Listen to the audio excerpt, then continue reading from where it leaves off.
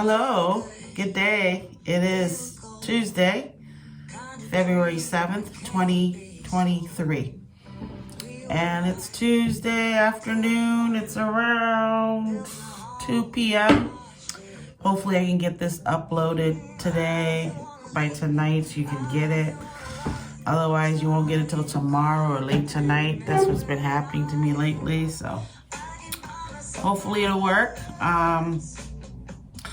I'm coming to you today got a little bit of a cold. It's now become a chest cold. I'm trying to get rid of it. So bear with me today as we head into the second part of Aquarius season, the second decan, which will be Aquarius Libra. Right now we're in the Aquarius Gemini decan, the first 10 degrees of Aquarius. And in Gemini, it's a friendly sign, it's ruled by Mercury, and Mars is in Gemini right now. So this first part of Aquarius season, where Mars is awakened, we really have a lot of energy. Mars is very active, but so is Venus. Venus has moved into Pisces. So if you didn't see the Grammys this past weekend, a lot of Geminis are really good at singing. And so that's when the Academy of Music Awards are. Excuse me. So it was a great show. Hip Hop's 50th birthday was on display, which is great. And Beyonce surpassed all kinds of Grammy Awards by anybody so far. Congratulations. It just always brings me back to that time Kanye interrupted Taylor Swift for beating Beyonce in a video on MTV. And I don't think Beyonce needed any help. I think she was going to be big time anyways, just like Taylor's big time. And they both are different type of stars, but they're both singers. They both touch our hearts through words and music that go through the air. Aquarius, Gemini, air signs. So now we're heading into the second decan of Aquarius, which is ruled by Libra, which is Venus. And Venus in Libra is a lover and it's an air sign. So Venus is in Pisces and is getting ready to move into Aries on February 20th. So we have about 2 more weeks here with Venus in Pisces. And Venus in Pisces is very empathetic, is exalted here. But Mercury is the big mover and shaker this week in terms of Mercury on Saturday is moving into Aquarius. So by Saturday, the Sun will be in Aquarius. Mercury will be in Aquarius. Uranus, that rules Aquarius, is awake in Taurus. So we have a bunch of stuff going on here in terms of movement, but all the planets are awake, so we're okay with that, right?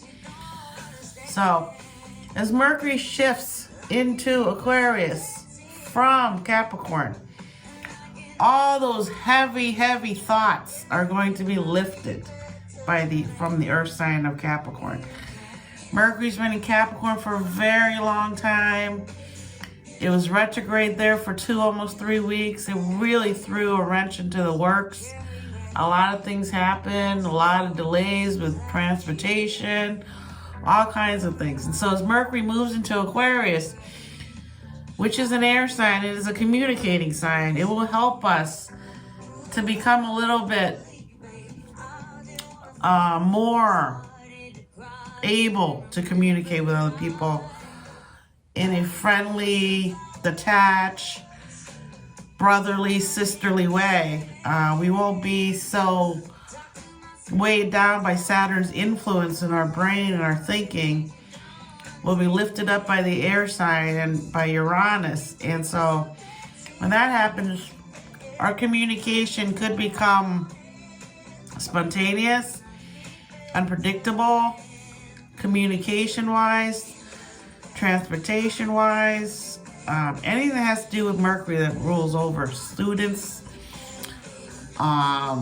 everything that has to do with communicating is going to be affected by Aquarius.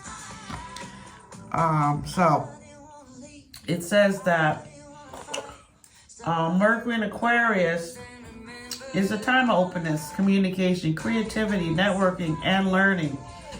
Good time to focus on new ways to think. Good time to think out of the box. Unusual conversations can figure strongly. We may get a chance to manage essential tasks that help fortify and support our endeavors. So with Venus still in Pisces and Mercury moving into Aquarius, we have a situation where our thoughts and our dreams are going to be very, very viable and visible to us in our brains. And with the sun in Aquarius, we're really going to want to push that envelope. We're really going to want to think outside the box. And hopefully, this helps with the lawmakers. Hopefully, they can figure out how to get along and not fight each other, right? But by February 20th, Venus will be moving into Aries. And Aries is hot-headed, likes to be first. So when Venus moves there with Mercury and Aquarius, they're going to be compatible, Mercury and Venus. Mercury in Aquarius will get along very well with Venus and Mars. And so when we're thinking outside the box there, we can be thinking outside the box in terms of nuclear war. We could be thinking about being a pioneer in something, being the first to discover something, like fusion theory, which has been reached 2 weeks ago. There was a fusion that was activated. It's taken 60 years to make. And fusion, if you don't know what it is, go look it up on the internet. My son happens to be a nuclear engineer, so I know what fusion is. Otherwise, I wouldn't know either. So with that new theory of fusion being able to happen, we can really turn energy on its head, where we don't want to use batteries. Even though batteries seems like a good way to save the earth, it really isn't. A new movie narrated by Jason Momoa is premiered at Sundance. It's called Deepwater Rising, and it speaks specifically about all these minerals we need to make all these million gajillion batteries we need for cars, for whatever we're going to have. It seems like a practical great idea until you look at all the metals you need to make these batteries, and then it isn't practical at all. It actually is a circle of futility in terms of Mother Earth. We're not going to be helping her at all by making batteries. So there's a lot going to be happening, and I've spoken about this before, and we're in February, and as soon as we reach March, we're going to have that shift I was talking about. Pluto's going into Aquarius. Pluto will go into Aquarius, and Saturn will head into Pisces. So the cosmos always wants us to be innovative and healthy. So these things will help us all if we can look at the bright side of the situation and not dig into the greed, which is what runs the world right now, is greed, right? That's why the rich are getting richer and the poor are getting poorer. So if we can go and focus on the universe and helping the planet, we can do a lot for ourselves in terms of survival in the long run. But at this point, there will be more man-made types of situations where they're thinning out the population. Whatever that man-made situation is, whether it's war and getting drafted, whether it is another virus, which is made by man because we're the people that caused the virus in the first place. Just like a long time ago when all the smallpox killed off all the Native American tribes here. A lot of Native Americans were killed by that. So there are lots of things we can look at in history we can learn from. But as we know, humans aren't great at learning from their past. They'd rather not talk about the past. They'd rather not look in the past. And that is something Aries does not like to do, is look into the past. They don't like to say sorry. They like to chase after what they want. They're impatient. But the good part of Aries is their sense of childhood wonder, because the sun is exalted in Aries. The Leo is exalted here. So as a Leo sun, I get along very well with Aries people. I understand their rude languages, that they're just in a mood, because they're a fire sign like me, so I understand it. But a lot of people don't get along with Aries. They think they're bullies, they're too pushy, they're stuck in their ways. And Aries is a cardinal sign, so whenever you're dealing with a cardinal sign, you're going to deal with a lot of ego, right? That's why Leo is exalted here. So the good side of Aries is that they're young, innocent, they're up for adventure, they're daring, they're not afraid to take that leap before they look. These qualities make them very good friends. In terms of one of them, I tried to go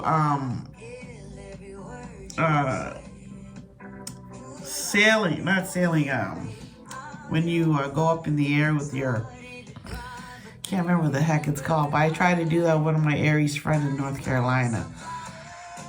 Tried to jump from one of the sand dunes in one of these things.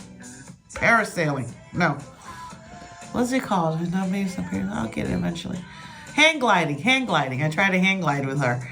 And she was very brave. She wanted to do it, but it was too windy that day, so we got our gear on. But that's what is fun with me with Aries people, is they're daring. They'll want to go skiing, downhill fast. All these things makes them very fun. But the downside of the Aries is that they can be too opinionated. They cannot know when to let go and back off. They could be on all the time, So these are things that happen. But again, overall, they're great people because they're so much fun, so full of life, just like a fire sign would be, right?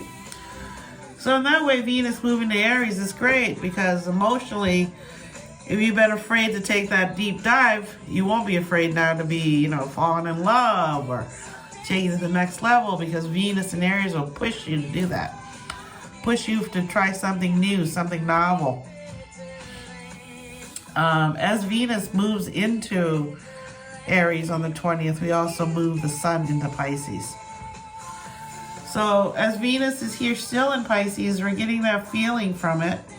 And then the moon's moving into Libra starting tomorrow.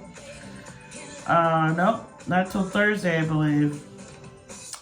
I believe it's Thursday or Friday.